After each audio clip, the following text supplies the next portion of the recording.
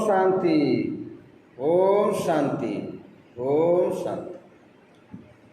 ये सकाळर जोगर कार्यक्रम रे आपण मानक नमस्कार एवं अभिनंदन। जय जगन्नाथ। जे ये शरीर को सुस्थ रखापी हेले आमको निश्चित भाव में शरीर पर किसी समय दवापाई पड़ो।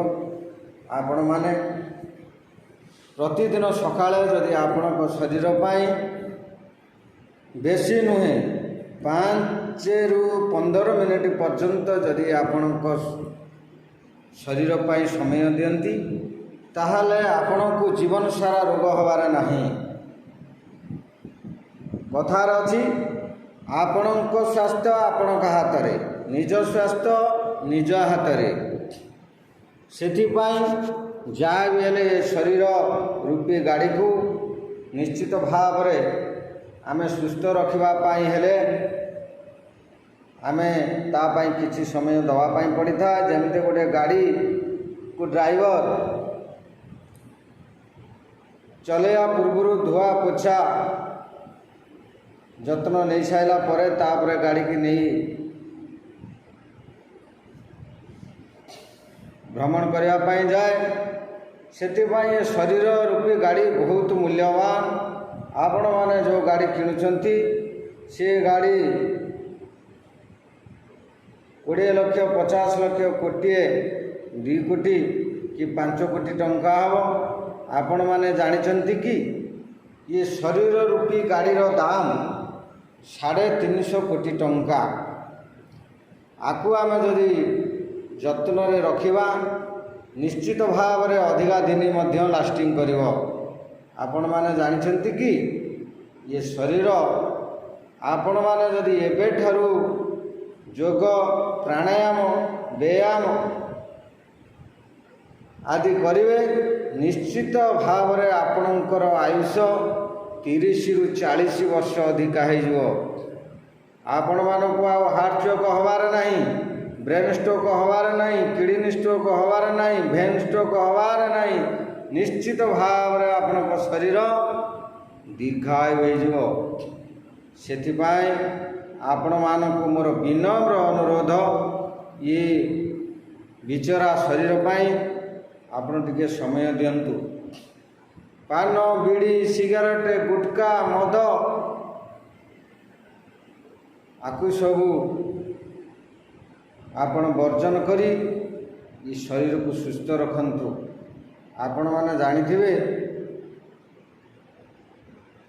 जड़े जड़े बड़ बड़ पदवी रे थाई मध्य महान लोक हेई मध्य से सामान्य पान गुटका खैनी छाड़ी पारि नांती। सामान्य जदि जड़े पान गुटका मद कबल रे से रही पारुची ताहले तार मध्य जीवन रे परिवर्तन नहीं। सेथिपाई मोर भाई मानक अनुरोध आपण माने जदि किछि निशा द्रव्य खाउथांती निश्चित भाव रे आपण मानक विनम्र अनुरोध ये जिनिस को आपण त्याग करंतु। काहेकि पान बीड़ी नुहे छोटिया निशा जना पड़े नहीं टाणे पैसा पैसा कौन जीव तो आपण शरीर मध्य चली जीव। सेतिपाई आपण माने देखंतु भौणी माने से माने किछि निशा द्रव्य खाऊना। भाई मानकर निशा द्रव्य प्रति अधिका कौन पाई आमे जेमिति संग करिबा सेमिति रंग हब। दुनिया में जितना प्रकार की संग लगता है सब रंग द्वारा। सेतिपाई आपण मानकर जदि के सांग साथी मद पिउछंती ताहले आपण तांकर सांग होंतु नहीं। जदि आपण तांकर संग हेले से निश्चित भाव में रंगटा आपण ठारे लागि जिवो।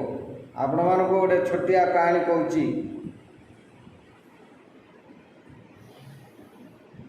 जड़े ब्राह्मण परिवार रे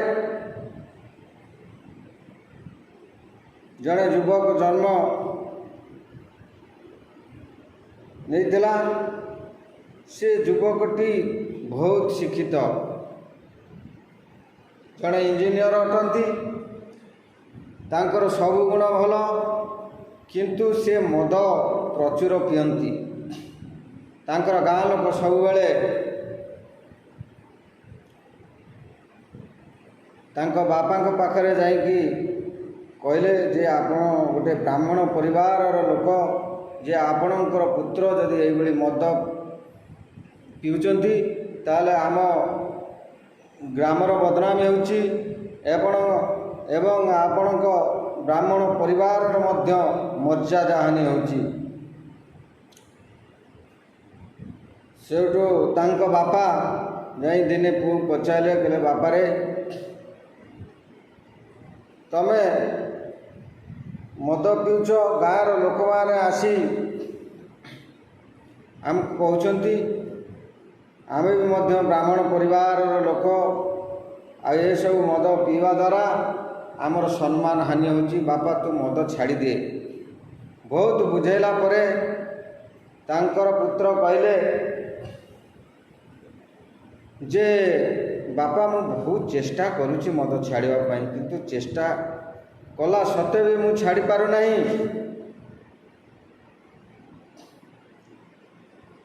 ବାପା ତାଙ୍କୁ ବୁଝେଇଲେ, ବାପା ତୁ ଯାହା କହିବୁ ତାହା ଦେବି, ତୁ ଟିକେ ମଦ ଛାଡ଼ିଦେ।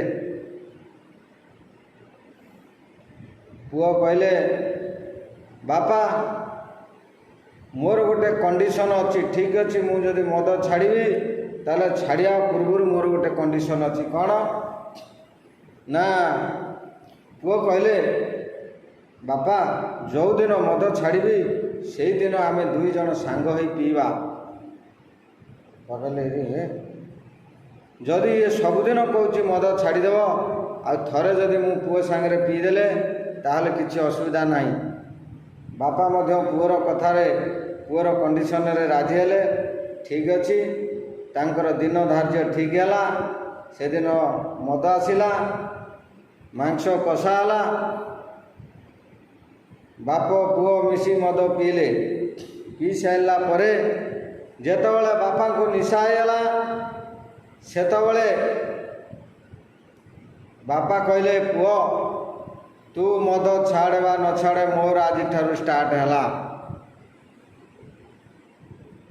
ଆପଣମାନେ ଦେଖନ୍ତୁ, ପୁଅ ମଦ ଛାଡ଼ିଦେଲା, କିନ୍ତୁ ବାପାର ସେଇଦିନ ଠାରୁ ଷ୍ଟାର୍ଟ ହେଲା। ସେଇଭଳି ଆପଣମାନେ ଦେଖନ୍ତୁ ସଙ୍ଗର ରଙ୍ଗ କେତେ ପ୍ରଭାବ ପଡ଼ୁଛି। ଆପଣମାନେ ତ ଦେଖୁଥିବେ, ଜାଣୁଥିବେ ଦୁନିଆ ବିଷୟରେ। ଯଦି ଜଣେ ମଦ ନ ପିଇଥିବା ବ୍ୟକ୍ତି ଯଦି ସେ କାହା ସାଙ୍ଗରେ ପଡ଼ି ଥରେ ଅଧେ ପିଇଦେଲା, ଧୀରେ ଧୀରେ ଧୀରେ ଧୀରେ ତାର ମଧ୍ୟ ଅଭ୍ୟାସରେ ପରିଣତ ହେଲା। ଏବଂ ମଦ ପିଇବା ଦ୍ୱାରା ଶରୀରରେ ଅଶାନ୍ତି, ପରିବାରରେ ଅଶାନ୍ତି ଏବଂ ଧନହାନି, ପ୍ରାଣପୀଡ଼ା ଏବଂ ଦରକାର ପଡ଼ିଲେ ମଧ୍ୟ ଆମ ଜୀବନ ବି ଚାଲି ଯାଇପାରେ। ସେଥିପାଇଁ ଭାଇମାନଙ୍କୁ ମୋର ବିନମ୍ର ଅନୁରୋଧ, ଆପଣ ଶରୀରକୁ ସୁସ୍ଥ ରଖିବା ପାଇଁ ହେଲେ ନିଶା ଦ୍ରବ୍ୟ ପ୍ରତି ଆପଣ ଦୂରେଇ ରହିବା ଦରକାର। ସେଥିପାଇଁ ଆପଣମାନେ ନିଜ ଶରୀରକୁ ସୁସ୍ଥ ରଖନ୍ତୁ, ସ୍ୱାସ୍ଥ୍ୟବାନ ରୁହନ୍ତୁ, ଲାଭବାନ ରୁହନ୍ତୁ। ଜୟ ଜଗନ୍ନାଥ, ନମସ୍କାର।